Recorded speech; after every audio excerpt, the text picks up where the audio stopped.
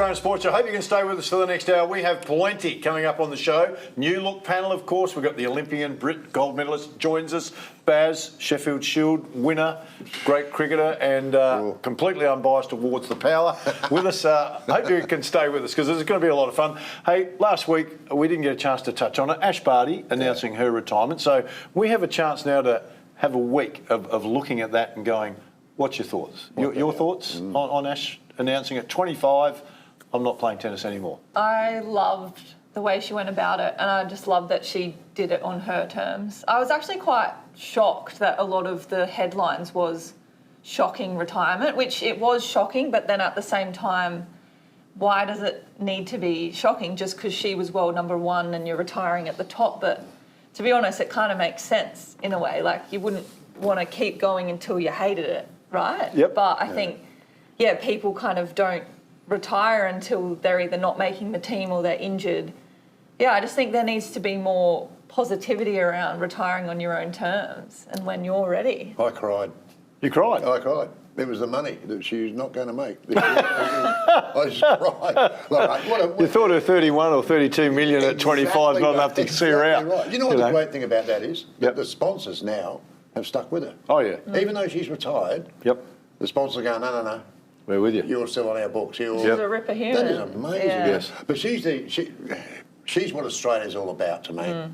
She is just such a great Australian. You know, when you see her interviewed overseas or whatever, she sounds like the girl who lives down the road. That's, to me, she's just a great girl and obviously a magnificent sports person. She really is. She can play anything, and we know she can. She's a good cricketer. She's a very good cricketer. And we know that she can play golf. Right, so don't be surprised if we see a little bit more of Ash Barty. I don't reckon she's done, low-key. No, you're not done. I think I'm selfishly hoping she's not good on you, done with sport. I think she's so talented and she just has such a elite athlete mindset. I would love to see her transition into something else and just give it a crack in more of a team environment. I think you've so would her fiancé.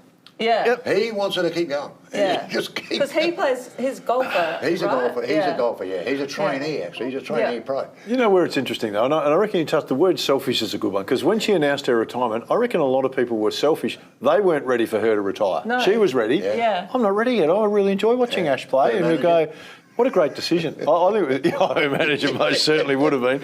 And anyway, I think we've touched on it. She's an outstanding human being and great for the sport. And it's sad to see her out. Buddy Franklin, of course, 1,000 goals on the weekend. What did you get the footage of the crowd coming onto the ground and you go... Gave me anxiety. Did it? I thought it was spine-tingling. I mean, one of the fans did get bowled over by one of the Geelong guys because he left his keys behind. But I thought the funniest moment, and Buddy was fantastic. The big smile, embracing the moment, and it was really good. I agree. Two of the players had to go down the opposition race and then went outside the ground so they could get back around to their change room. So here's two of the players, and the crowd's yelling at them, mate, the game's not over yet. Even if you get back inside, and they go, we're walking our way around. Imagine any other sport in the world that can be stopped for an hour. And then the last 5 minutes have to be played. It's amazing. Two players have to walk outside the arena to get back in to play. It's amazing. Can you name another sport in the world where you thought that you might see that? No, you wouldn't. That's the unique thing about the AFL. It is. The thing that got me about that, buddies, it was the guy that got the footy. Oh, yeah. The guy that actually took the footy. Got the footy, yep. Grabbed it, you could see him. He tucked it under the arm and there were people... He'd be worth some. They were at it. He's since returned it. He has, but it's not Australian, right? Well, it's a bit disrespectful. On the market. He's thinking on the market. That's 200 grand. Easy. It's 200 grand instantly before you blink. Yet he thought it belonged to Buddy and the SCG, so he brought it back. Now, did he just bring it back and say, here you go, Buddy, or was there a bit of whoop? Here we go. Oh, he might have got a little bit. But here's the question: is it Buddies or is it the SCG, or does it belong to Buddies? Or does it belong to the AFL? No, it's Buddies. It's Buddy's ball. Right. He kicked his 1,000th goal with that. I would like that on my mantelpiece somewhere. I'm not disputing that. Sitting Could the AFL say we won that in our museum? Well, I don't think they would, but they they'd have a right to say. Yeah. Well, no, I don't think they would. No, it's not the AFL. It's because Sydney would have bought the ball. belongs to Sydney. Wouldn't they? So the Swans might want it in their museum. Well, it might not even be their ball. Who do they play? No, it'd be their Who ball. do It they was in play? Sydney. It was in Who did Sydney. who did It was Sydney- in Sydney, so it would be Sydney's ball. Yes. It would be. So Sydney's ball. Yeah, 'cause you have So the thing. if I was Sydney, I'd say that's my ball. All right, now we've got to keep moving because there's been a 200 lot grand. happening in a week. Shane Warne, of course, Yeah. a magnificent Sad farewell, private funeral, which the media and Eddie did a great job of respecting, so credit to everybody on that one. Yeah. And but now the MCG, just over 50,000 people there, marvellous. Unbelievable, mate. On TV, every free-to-air station had it, beamed around the world. Yeah. You go, I was trying to think of a sportsman passing that's had as bigger impact as one. There you go. There you I go. can't, has there been one? Well, I was thinking the same thing, Phil. Not in my When was the lifetime, Not a I last can't sports, think. maybe Steve Irwin, I feel like impacted Australia. No, I meant a sports Yeah. person. Sorry, I should I have been don't more think specific. so. Steve Irwin's a good one, though. Yeah. But I can't remember one. I cannot remember anybody getting this much.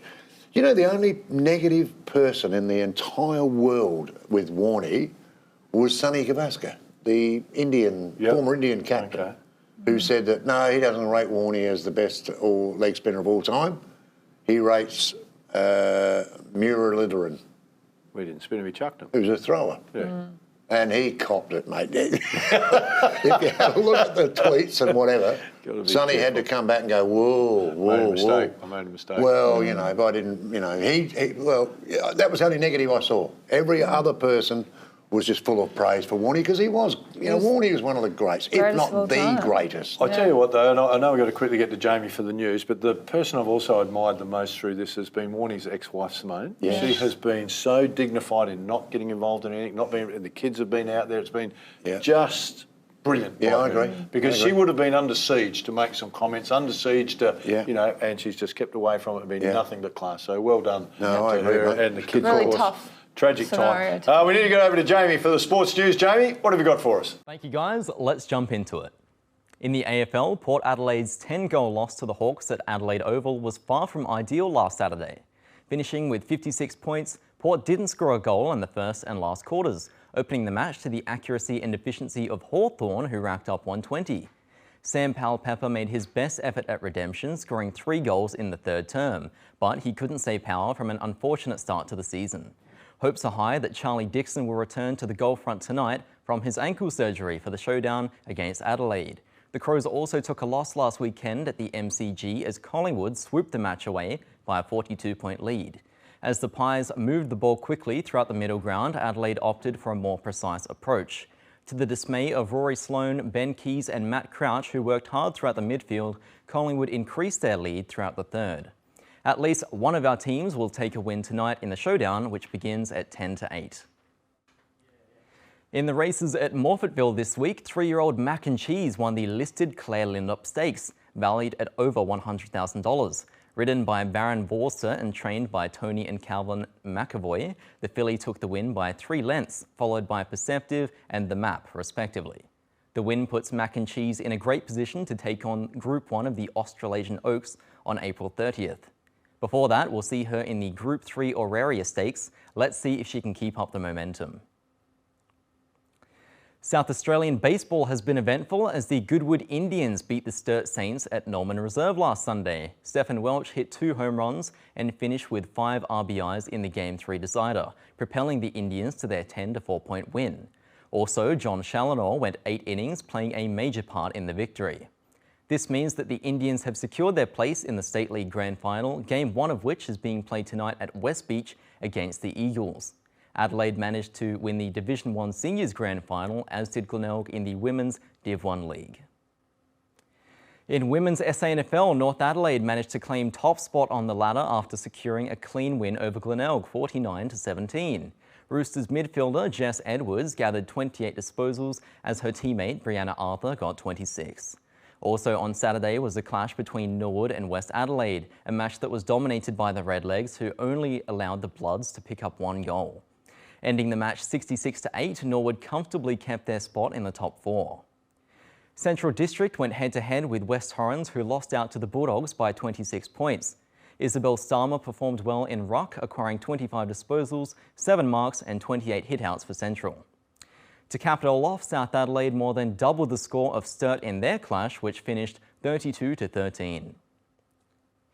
That's all I've got for you this week. I'm Jamie Tenikoff. We've got more on the way after the break.